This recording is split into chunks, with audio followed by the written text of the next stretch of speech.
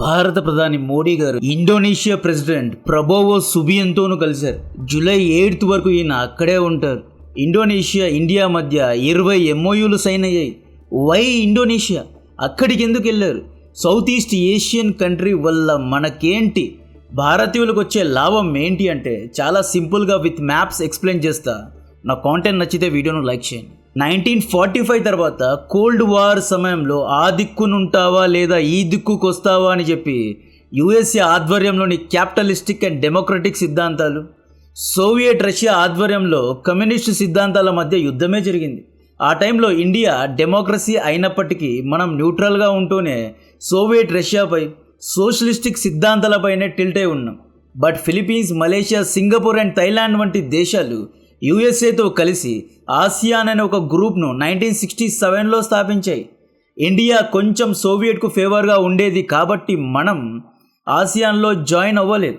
ఈ ఆసియాన్ దేశాలు ఎందుకు కమ్యూనిజం వైపు వెళ్ళలేదు అంటే చైనా లీడర్ మావ్ జెడాంగ్ కమ్యూనిజంను ముఖ్యంగా కొండ అడవుల్లో దాక్కొని తిరుగుబాట్లు చేయాలి, ప్రజల చేత ఎన్నుకోబడిన నాయకుల్ని గద్దె నుండి దింపాలి, డెమోక్రసీ ఉండకూడదు, కమ్యూనిజం డిక్టేటర్షిప్ ఉండాలి అని చెప్పి కమ్యూనిజంను ఆసియాన్ దేశాల్లో ఎక్స్పోర్ట్ చేయడం మొదలుపెట్టాడు. దానివల్ల ఎన్నో యుద్ధాలు, తిరుగుబాట్లు అక్కడ జరిగాయి.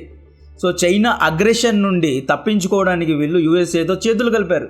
1970లో సడన్గా ఏం జరిగింది అంటే సౌత్ చైనా సీ అనే సముద్రంలో అత్యధిక ఆయిల్ అండ్ గ్యాస్ నిల్వలు ఉన్నాయి, ఎక్స్ట్రాడినరీ చేపలు ఉన్నాయి అని ఎవరో చెప్తే విన్న చైనా సడన్గా 9 లైన్ అని గీసింది. అంటే సౌత్ చైనా సీ మొత్తం మాదే, 1930sలో మా తాత తండ్రులు ఇక్కడే వ్యాపారాలు చేసేవారు అని చెప్పి సముద్రం మొత్తాన్ని క్లెయిమ్ చేసింది. దీంతో ఇండోనేషియా యొక్క నతూనా ఐలాండ్, ఫిలిప్పీన్స్ యొక్క సార్బాగ్ షోల్ అనే ఐలాండ్, బ్రునై దేశం యొక్క ఐలాండ్స్, వియత్నాం యొక్క పారాసల్ దీవులు చైనాలో కలిసిపోయాయి. అంటే రియల్ ఎస్టేట్ ఇష్యూస్ వచ్చాయి అన్నమాట. ఎలాగైతే భూమి కొన్న తర్వాత రిజిస్ట్రేషన్ అయిపోయిన తర్వాత సడన్గా ఓనర్ తమ్ముడో లేదా అల్లుడో వచ్చేసి ల్యాండ్ లిటిగేషన్ పెడితే ఎలా ఉంటుంది, చైనా ఇక్కడ ఎగ్జాక్ట్గా లిటిగేషన్ పెట్టింది అనమాట. 2021 వరకు ఈ ఆసియాన్ దేశాలకు యుఎస్ఏ అండగా ఉండేది. ఫిలిప్పీన్స్తో డిఫెన్స్ టైస్ చేసుకుంది అమెరికా, వియత్నాంకు మిలిటరీ ట్రైనింగ్ ఇవ్వడం, ఇండోనేషియాకు యుద్ధ ఆయుధాలు అమ్మడం వంటివి చేసింది. చైనా ఈ దేశాల ఎక్స్క్లూజివ్ ఎకనామిక్ జోన్స్లో వార్ షిప్స్ను తీసుకువెళ్లడం, అక్రమంగా ఆయిల్ అండ్ గ్యాస్ను వెలికి తీయడం, నిఘాను ఉంచడం వంటివి చేసింది. చైనా ఇన్ని రోజులు ఈ చిన్న చిన్న దేశాలను ఒప్రెస్ చేసింది, ర్యాక్ చేసింది, తన కింద తొక్కడానికి చూసింది, వీరి యొక్క దీవులను కాజేయడానికి చూసింది. చైనా నుండి తమను తాము కాపాడుకోవడానికి 2021 వరకు ఈ ఆసియాన్ దేశాలు ఫ్రాన్స్ నుండి రఫేల్ను, యుఎస్ఏ నుండి F-15 ఫైటర్ జెట్స్ను, మిజైల్స్ను ఇలా యుద్ధ ఆయుధాలు కొనడం మొదలుపెట్టారు. యుఎస్ఏ అండ్ వెస్ట్తో ప్రాబ్లం ఏంటి అంటే ఇండోనేషియాలో హ్యూమన్ రైట్స్ వయలేషన్స్ జరిగితే వెస్ట్ దేశాలు మిజైల్ సప్లైస్ను ఆపేస్తారు. అంటే హ్యూమన్ రైట్స్కు, మిజైల్ సప్లైస్కు లింక్స్ పెడతారు అనమాట. వియత్నాంలో ఎన్నికల రిగ్గింగ్ జరిగింది అనుకోండి, వీళ్ళు స్పేర్ పార్ట్స్ పంపడాన్ని మానేస్తారు. ఈ విధంగా వెస్ట్ దేశాలతో తలకాయ నొప్పులు చాలా ఉంటాయి. మోస్ట్ ఇంపార్టెంట్, యుఎస్ఏ వెపన్స్ చాలా కాస్ట్లీ. ప్యాట్రియట్ డిఫెన్స్ బ్యాటరీ ధర 11,000 కోట్లు, ఒక్క ప్యాట్రియట్ ఇంటర్సెప్టర్ మిజైల్ ధర 50 కోట్లు. ఆయుధాలు కూడా సరైన సమయంలో రావు. సో ఈ లూప్ హోల్స్తో చైనా ఈ చిన్న చిన్న దేశాలపై దాదాగిరి పెద్ద ఎత్తున స్టార్ట్ చేసింది. చైనా సౌత్ ఈస్ట్ వరకే, మలక్కా వరకే ఆగకుండా ఇంకొంచెం ముందుకొచ్చి ఇండియన్ ఓషన్లో ఇండియా ఎనిమీస్ అయిన పాకిస్తాన్కు ఫైటర్ జెట్స్ను అమ్మడం, ఇండియా చుట్టూ స్ట్రింగ్ ఆఫ్ పర్ల్స్ అని చెప్పి నావల్ బేసెస్ను కట్టుకోవడం, BRI ప్రాజెక్ట్ అని చెప్పి అప్పులిచ్చి శ్రీలంక, పాకిస్తాన్ వంటి దేశాలను డెట్ ట్రాప్లో వేయడం, ఇండియాకు వ్యతిరేకంగా నేరేటివ్స్ను స్ప్రెడ్ చేయడం, ఆపరేషన్ సింధూర్లో పాకిస్తాన్కు శాటిలైట్ డేటా ఇవ్వడం, PL-15E వంటి BVR మిజైల్స్ను అమ్మడం వంటివి చైనా చేసింది. ఆసియాన్ అండ్ ఇండియా యొక్క కామన్ ఎనిమీ ఎవరు? చైనా. ఇప్పుడు ఇండియా ఆడుతున్న గేమ్ ఏంటి అంటే ఆల్రెడీ భారతదేశం ఇండోనేషియా, వియత్నాం, ఫిలిప్పీన్స్కు బ్రహ్మోస్ మిజైల్స్ను అమ్మే ఒప్పందాలు చేసుకుంది. ఇప్పుడు ఇండోనేషియాకు ఆకాష్ వంటి యాంటీ మిజైల్ డిఫెన్స్ సిస్టమ్ను అండ్ ఆస్త్రా వంటి బియాండ్ విజువల్ రేంజ్ మిజైల్స్ను అమ్మే ఒప్పందాలు కూడా జరిగాయి. ఈ రోజే జరిగాయి. ఇండియా ఆసియాన్ దేశాల దగ్గరికి వెళ్ళి యుఎస్ఏ నుండి patriot anti missile defence system కొంటే 11,000 కోట్లు ఖర్చు పెట్టాలి. ఇంత డబ్బు మీ దగ్గర ఉందా? లేదు. ప్యాట్రియట్ను కొన్నా కూడా 100% ఇది పర్ఫామ్ చేస్తుందా? చేయదు. రష్యా యుక్రెయిన్ యుద్ధంలో యుక్రెయిన్కు ఇవ్వడానికే వెస్ట్ దేశాల దగ్గర ప్యాట్రాయిడ్స్ లేవు, ఇక మీకేం ఇస్తారు? ప్యాట్రాయిడ్కు బదులు మా దగ్గర కేవలం 1000 కోట్ల ధర కలిగిన Akash anti missile defence system ఉంది, కొంటారా అని అడిగితే వాళ్ళు ఎస్ ఆబ్వియస్లీ కొంటాము అన్నారు. 11,000 కోట్లెక్కడ, 1000 కోట్లెక్కడ? ఆకాష్ యుద్ధ సమయంలో సరిగ్గా పర్ఫామ్ చేస్తుందా అని చెప్పి అడిగితే ఇండియా ఆపరేషన్ సింధూర్లో ఉగ్రవాద కుంపలను లేపేసిన ఫుటేజెస్ చూపించింది.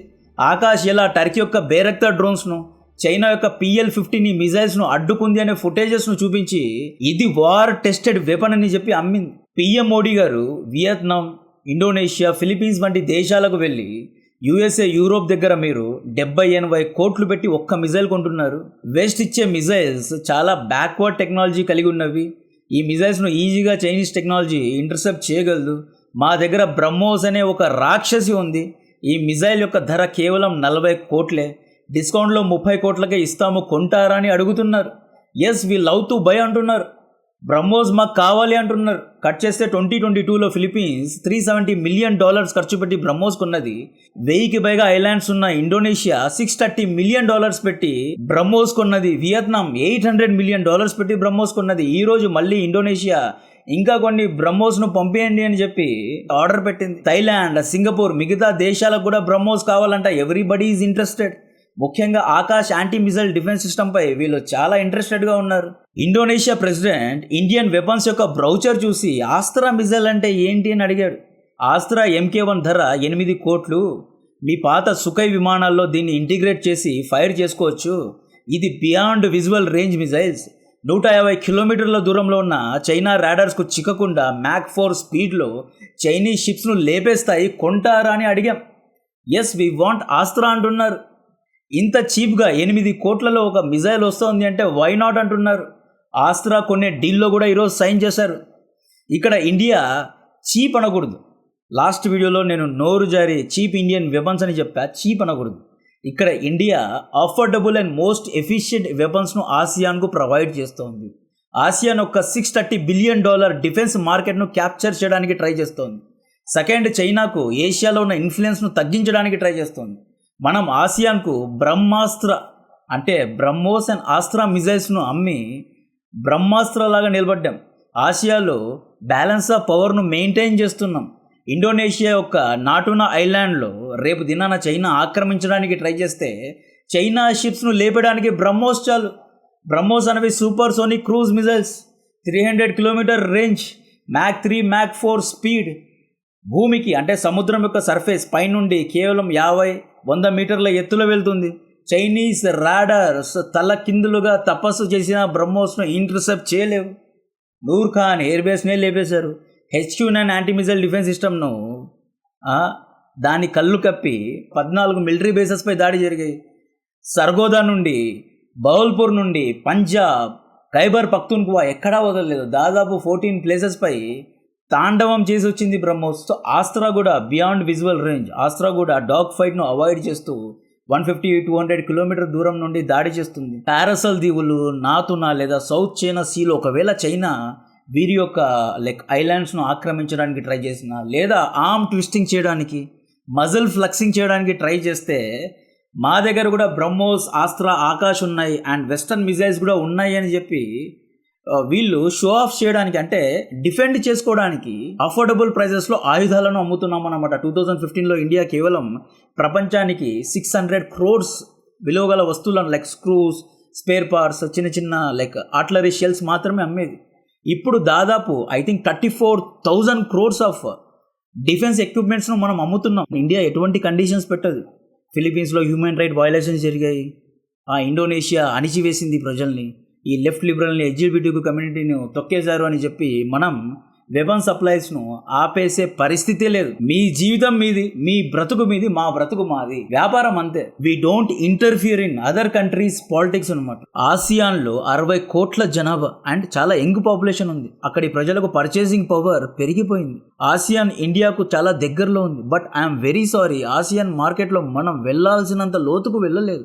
నేను ఇండోనేషియా, మలేషియాకు వెళ్ళినప్పుడు అక్కడి ప్రజలు చైనా కల్చర్తో ఎక్కువగా ఎంగేజ్ అయ్యారు. ఇండియాతో చాలా దూరంగా ఉన్నారు. ఫుడ్ హ్యాబిట్స్ కానీ చూసుకోండి. అక్కడి ఎయిర్పోర్ట్స్లో ఇండియన్ హోటల్స్ కంటే చైనీస్ లేదా సౌత్ ఏషియన్ హోటల్సే ఎక్కువగా ఉన్నాయి. ఇన్ఫాక్ట్ మనం ఆసియాన్తో $40 బిలియన్ ట్రేడ్ డెఫిసిట్లో ఉన్నాం. ఇండియా ఆసియాన్తో $100 బిలియన్ ట్రేడ్ చేస్తుంది. ఆసియాన్ వర్సెస్ చైనా ట్రేడ్ చూసుకుంటే $1 ట్రిలియన్ ట్రేడ్ జరిగితే $650 బిలియన్ చైనా ఎక్స్పోర్ట్ చేస్తే దాదాపు $350 బిలియన్ ఇంపోర్ట్ చేసుకుంటోంది. చైనా ట్రేడ్ సర్ప్లస్లో ఉంది.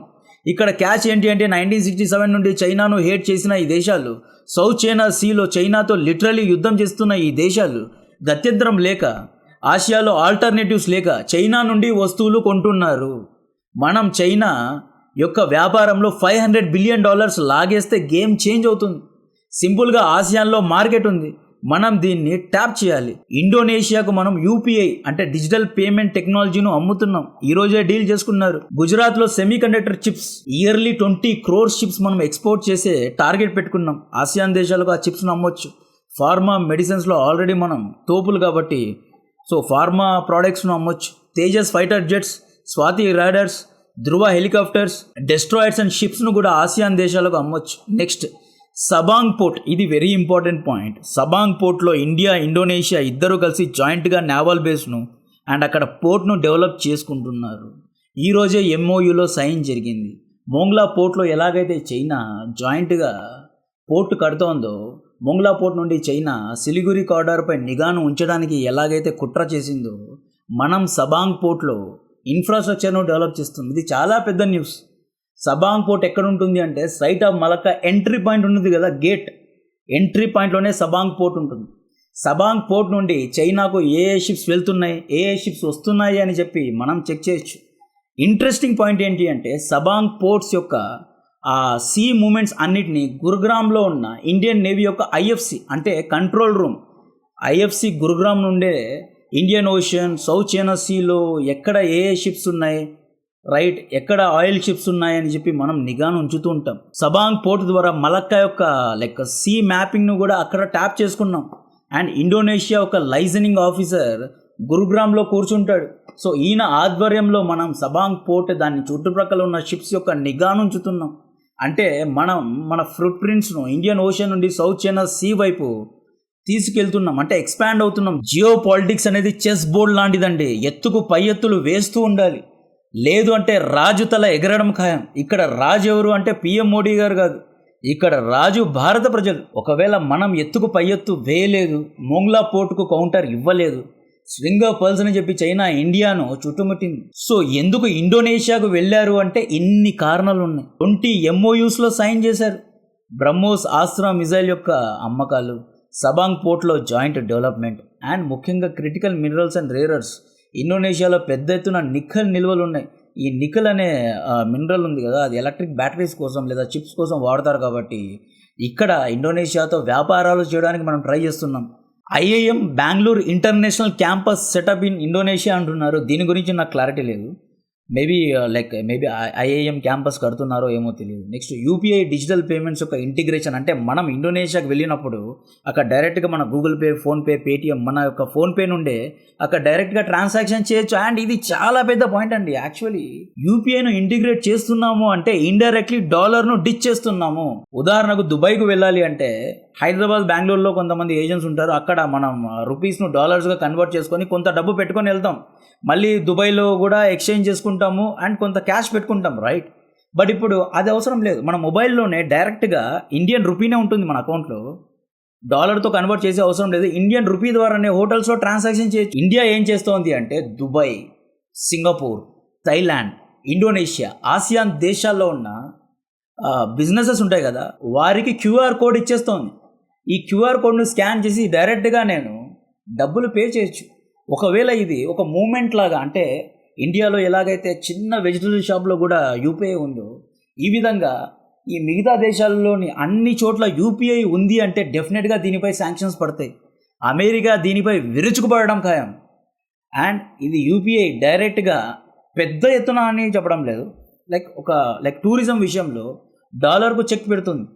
డాలర్ ఎక్స్చేంజ్ చేసే అవసరం లేదు. ఈ విధంగా ఈ యూపీఐ యొక్క టెక్ను కూడా ఇంటిగ్రేట్ చేస్తున్నాము. స్పేస్ రీసెర్చ్ కొలాబరేషన్ చేస్తున్నాం. అంటే ఇస్రో కలిసి ఇండోనేషియా యొక్క స్పేస్ ఏజెన్సీస్తో కొలాబరేట్ అవుతుంది. మెడికల్ ప్రొడక్ట్స్ ఆబ్వియస్లీ మనమే అమ్మాలి.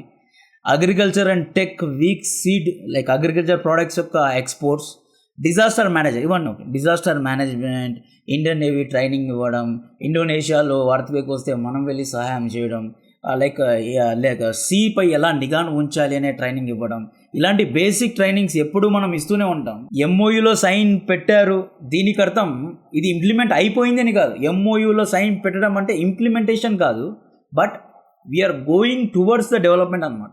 దీని గురించిన మరిన్ని డీటెయిల్స్ ఇస్తూనే ఉంటా. కాంటెంట్ నచ్చితే వీడియోను లైక్ చేయండి, ఛానల్ సబ్స్క్రైబ్ చేసి అందరికీ షేర్ చేయండి. జై హింద్.